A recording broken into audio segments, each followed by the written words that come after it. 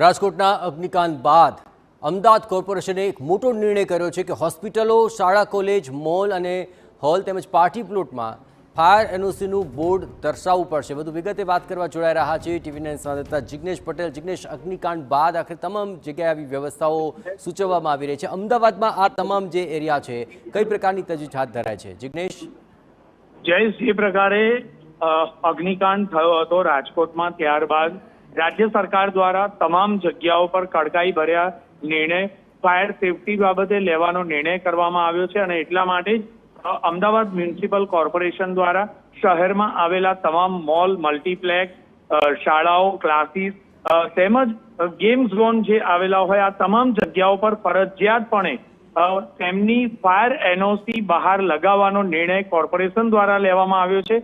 હવે કોઈ પણ મોલ, મલ્ટીપ્લેક્સ હોય કે પછી શાળા હોય, કોઈ પણ જગ્યાએ વ્યક્તિ જાતે ચેક કરી શકશે કે જે તે યુનિટ છે તેને ફાયર સેફટી બાબતે એનઓસી મેળવેલ છે કે કેમ, અને જો તે લગાવવામાં આવ્યું નહીં હોય, આ બાબતે કોઈ પણ પ્રકારે બેદરકારી દાખવવામાં આવ્યું હશે તો કોર્પોરેશન દ્વારા કડકાઈ ભર્યા પગલાં લેવામાં આવશે। સીધી વાત છે કે રાજકોટમાં જે અગ્નિકાંડ થયો તેમાં 28 લોકોના જીવ ગયા છે અને ત્યારબાદ સરકાર સફાળી જાગી છે અને એટલા માટે કડકમાં કડક નિર્ણય લેવા માટે સરકારે સીધી સૂચના આપી છે અને આ જ બાબતને ધ્યાન પર રાખી અમદાવાદ મહાનગરપાલિકા દ્વારા આ નિર્ણય લેવામાં આવ્યો છે અને ગણતરીના દિવસોમાં જ આ નિયમ પર અમલ કરવામાં આવશે। બિલકુલ જિગ્નેશ, તમામ ગતિવિધિઓ પર આપ નજર રાખતા રહેજો। તો જ્યાં મોટી સંખ્યામાં લોકો એકત્ર થતા હોય તેવા તમામ સ્થળે એનઓસી ફરજિયાત થશે।